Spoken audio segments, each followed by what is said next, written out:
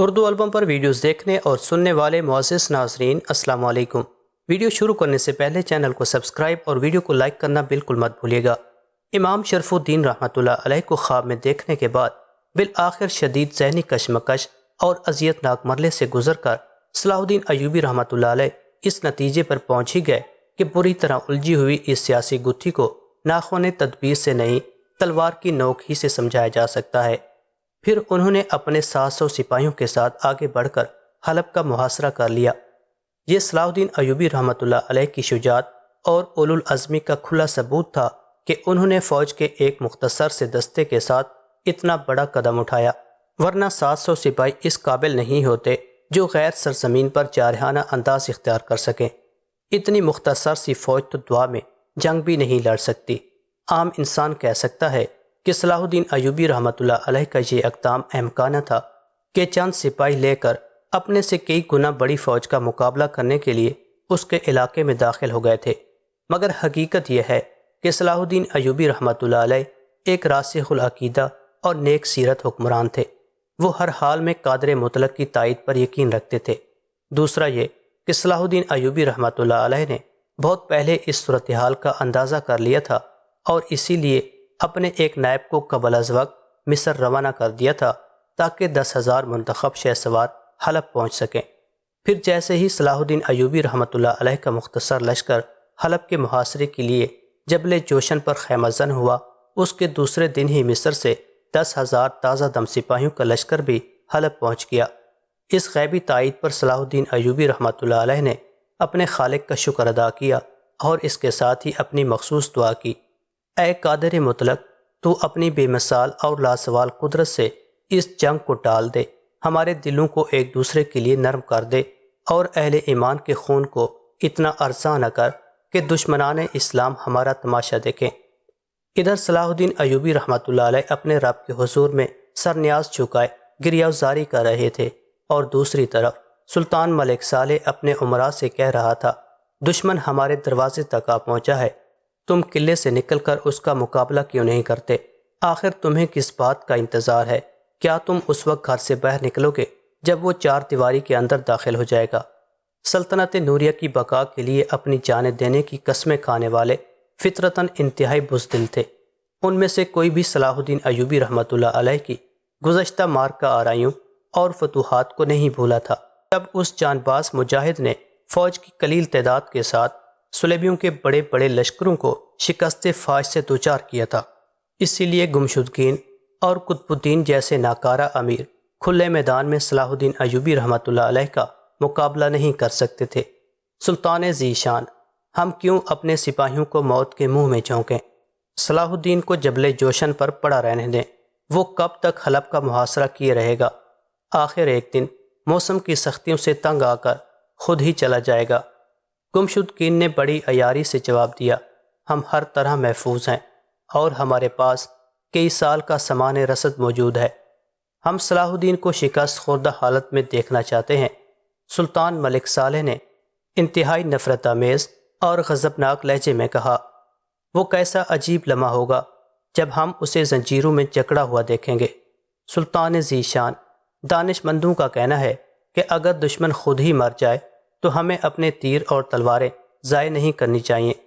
گمشدگین نے جبراً مسکرانے کی کوشش کی، ورنہ اس خوف سے اس کا چہرہ دھواں ہو رہا تھا کہ کہیں سلطان اسے صلاح الدین ایوبی رحمۃ اللہ علیہ سے مقابلے کے لیے میدان جنگ کی طرف روانہ نہ کر دے۔ سلطان ملک صالح اب اتنا کم فہم بھی نہیں تھا کہ کسی دلیل کے بغیر گمشدگین کی باتوں سے بہل جاتا۔ یہ کیسے ممکن ہے کہ ہمارے تیر بھی ضائع نہ ہوں اور صلاح الدین ایوبی بھی ہلاک ہو جائے؟ سلطان ملک صالح کے چہرے سے بدستور غصہ جھلک رہا تھا۔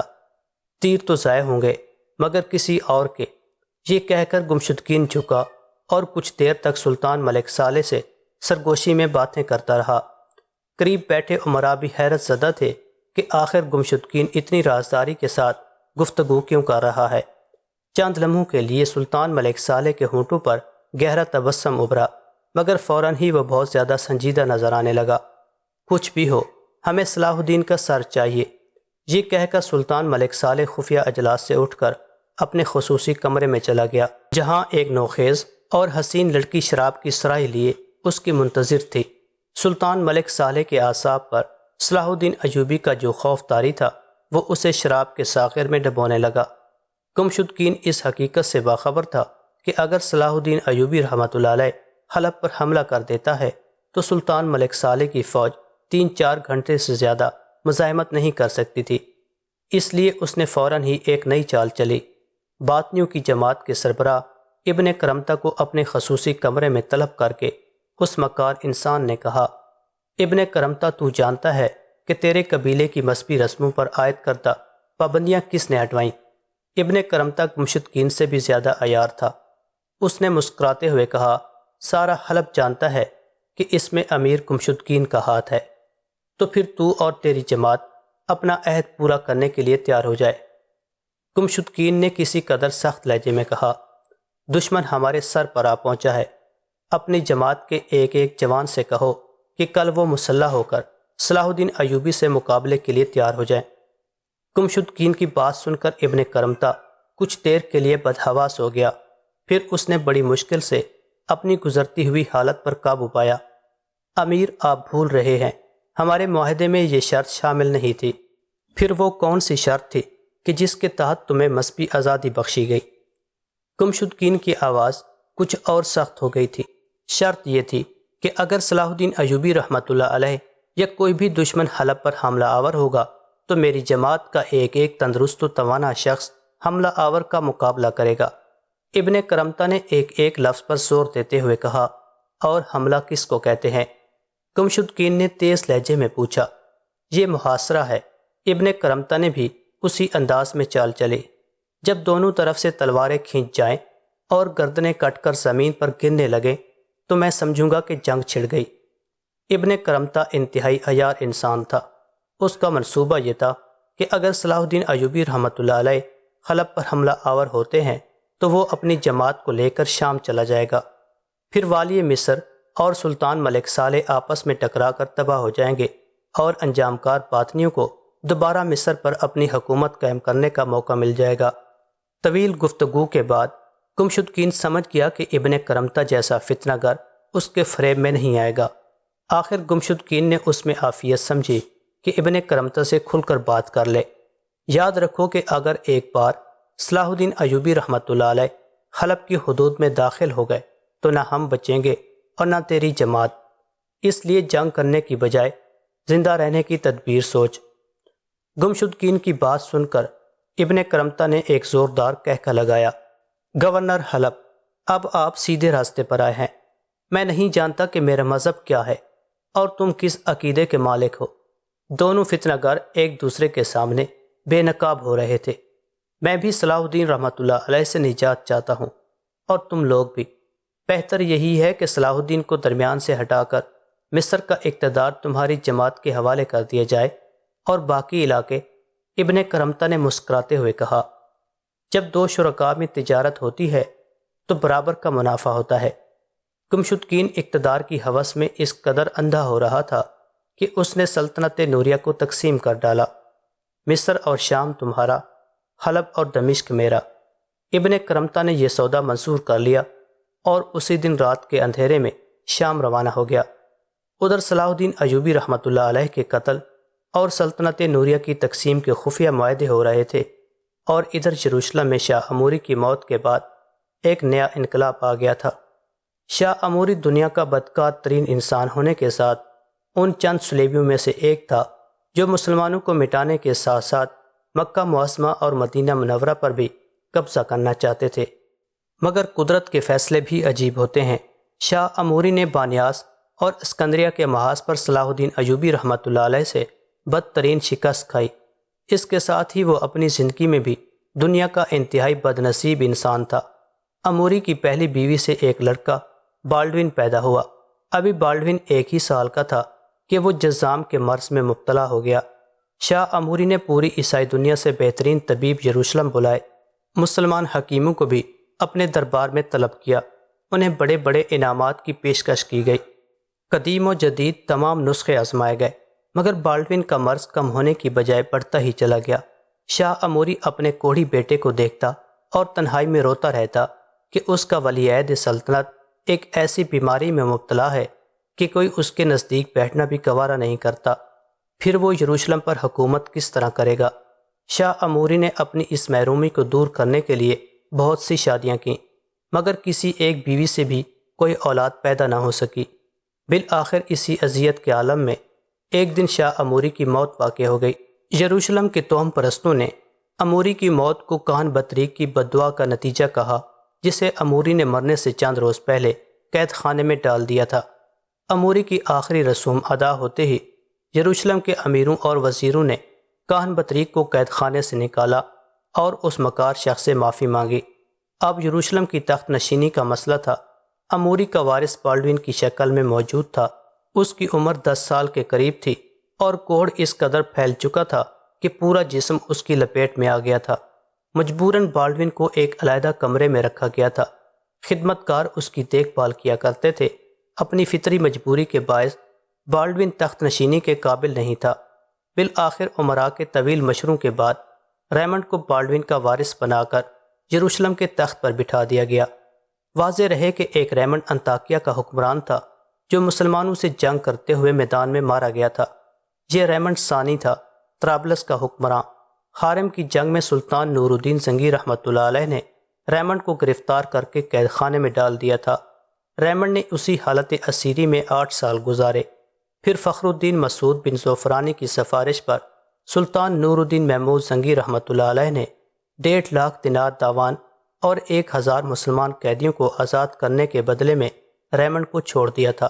اب ریمنڈ ایک بالوں پر ٹوٹا ہوا شاہین تھا جو طوفانی ہواؤں میں اڑنے کی بجائے زمین پر رینگتا رہتا تھا۔ اچانک اس کی قسمت نے کروٹ لی اور وہ یروشلم کا نگراں بادشاہ بن گیا۔ عیسائی امراء نے ریمنڈ کا انتخاب اس لیے کیا تھا کہ وہ بھی شاہ اموری کی طرح مسلمانوں سے شدید نفرت کرتا تھا اور اہل ایمان کے مقامات مقدسہ پر قبضہ کرنے کے خواب دیکھا کرتا تھا۔ مختصر یہ کہ ریمنڈ اس وقت تمام صلیبی بادشاہوں میں سب سے زیادہ محترم تھا۔ تخت نشینی سے پہلے ریمنڈ نے انجیل مقدس پر ہاتھ رکھ کر قسم کھائی تھی کہ وہ بہت جلد صلیبیوں کی گزشتہ شکستوں کا حساب برابر کر دے گا۔ ابن کرمتا گمشدگین سے گفتگو کرنے کے بعد شام پہنچا، جہاں باطنیوں کی بہت بڑی اکثریت تھی اور سنان نامی ایک شخص ان کی قیادت کر رہا تھا۔ باطنی بھی کئی فرقوں میں تقسیم تھے، مگر ان سب کا مقصد ایک ہی تھا کہ اہل ایمان میں پھوٹ ڈالی جائے، یہاں تک کہ اسلامی سلطنت مکمل طور پر تباہ ہو جائے۔ باطنی مذہب کا خلاصہ یہ ہے کہ انسانی حیات 4 روزہ ہے۔ اس مختصر مدت میں آدمی کو چاہیے کہ وہ زمین پر پائی جانے والی ہر خوشی اور ہر لذت حاصل کر لے۔ ہر شخص کو عورت اور شراب کے استعمال کی کھلی آزادی ہے۔ اپنا مطلب نکالنے کے لیے جھوٹ اور منافقت سے کام لینا بڑی عبادت ہے۔ باطنیوں کا پہلا امیر عبداللہ ابن سبا یہودی تھا، جس کی فتنہ انگیزیوں نے مسلمانوں کو مسلمانوں سے لڑایا، جس کے نتیجے میں خلیفہ سوم حضرت عثمان غنی رضی اللہ تعالی عنہ کی شہادت کا جاگوداز واقعہ پیش آیا۔ پھر یہ باطنی تحریک کا سفر کرتے کرتے حسن بن صباح تک پہنچی، جس نے قلعہ الموت میں اپنی جنت کی تعمیر کی تھی اور اس کے ساتھ ہی فدائیوں کی ایک جماعت بھی بنائی تھی۔ اس جماعت میں چھانٹ چھانٹ کر سفاق ترین لوگ شامل کیے گئے تھے۔ باطنیوں کے اس فرقے کا نام حشاشین تھا۔ اس فرقے سے تعلق رکھنے والے افراد آدم خور کہلاتے تھے اور ان آدم خوروں کا سربراہ سنان تھا۔ ابن کرمتا نے شام پہنچتے ہی سنان سے ملاقات کی اور گمشدگین اور دوسرے حلبی امراء کی طرف سے پیشکش کی اگر صلاح الدین ایوبی رحمۃ اللہ علیہ کو قتل کر دیا جائے تو زر کثیر کے علاوہ کئی شہر بھی حشاشین کے حوالے کر دیے جائیں گے۔ صلاح الدین ایوبی رحمۃ اللہ علیہ کو قتل کرنا تو حشاشین کے نزدیک افضل ترین عبادت تھی۔ ابن کرمتا کی بات سن کر سنان نے ہذیانی انداز میں ایک کہکہ لگایا، ابن کرمتا، میرے آدم خور بہت دن سے بھوکے بھی ہیں اور پیاسے بھی۔ آج تو ایک طویل عرصے کے بعد ایک بہت بڑی دعوت لے کر آیا۔ صلاح الدین ایوبی کی لاش سے تو سلطان نور الدین زنگی کا حساب بھی لینا ہے۔ پھر سنان نے 50 آدم خور حشیشان کو طلب کیا جو تیر اندازی، شمشیر زنی اور شہ سواری کے ساتھ گوریلا جنگ لڑنے کے بھی ماہر تھے۔ انہیں کچھ ہدایات دیں اور ابن کرمتا کے ساتھ حلب روانہ کر دیا۔ پھر جب ابن کرمتا جانے لگا تو سنان نے پرزور الفاظ میں اسے نصیحت کی، جیسے ہی صلاح الدین کا کام تمام ہو جائے ایک لمحہ ضائع کیے بغیر گمشدگین اور اس کے ہم نوا امیروں کے ساتھ سلطان ملک صالح کو بھی قتل کر دینا۔ پھر حشاشین کا یہ آدم خور دستہ بڑی رازداری کے ساتھ حلب پہنچا۔ اس کے بعد گمشدگین کے جاسوسوں کی نشاندہی پر حشاشین نے صلاح الدین ایوبی رحمۃ اللہ علیہ کے فوجیوں کی طرح لباس پہنے اور دوسرے دن جبل جوشن پہنچ کر صلاح الدین ایوبی رحمۃ اللہ علیہ کے لشکر میں شامل ہو گئے۔ حشاشین کا منصوبہ کامیاب تھا، مگر یہ صلاح الدین ایوبی رحمۃ اللہ علیہ کی خوش بختی تھی کہ یکایک آدم خوروں کی چال انہی پر الٹ گئی۔ صلاح الدین ایوبی رحمۃ اللہ علیہ کے لشکر میں ایک امیر حاکم بو قبیس نجم الدین تھا۔ سلطان نور الدین محمود زنگی رحمۃ اللہ علیہ کی وفات کے بعد نجم الدین نے ملت اسلامیہ کی سالمیت کے لیے صلاح الدین ایوبی رحمۃ اللہ علیہ کی اطاعت قبول کر لی تھی۔ بو قبیس شام کا سرحدی علاقہ ہے، اس لیے نجم الدین حشاشین کی جماعت کے اکثر افراد کو پہچانتا تھا۔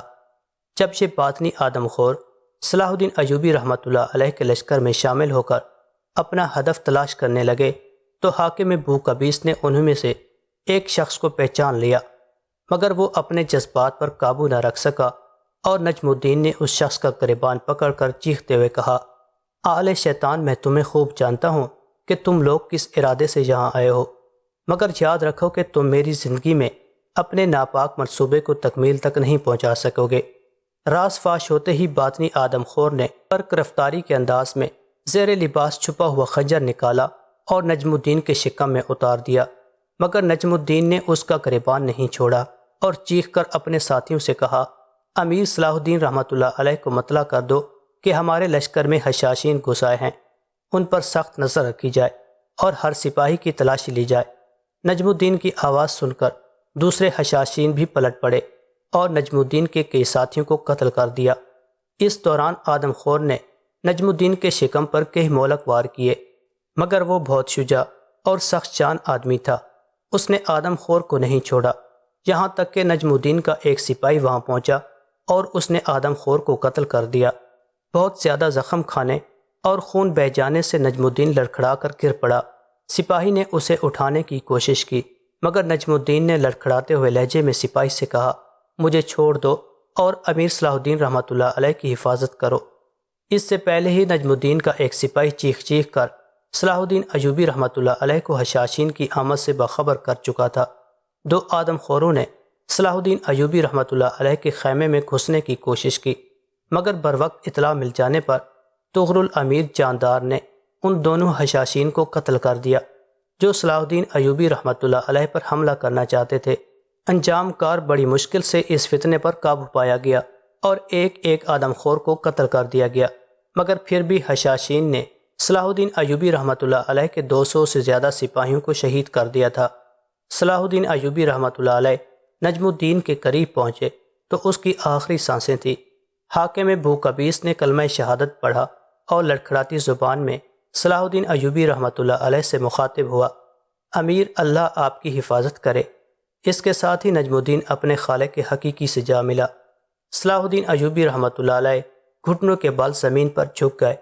نجم الدین کی پیشانی کو بوسہ دیتے ہوئے انتہائی رقت آمیز لہجے میں کہا، ملت اسلامیہ پر قربان ہونے والے، اللہ تجھ پر اپنی بے شمار رحمت نازل فرمائے۔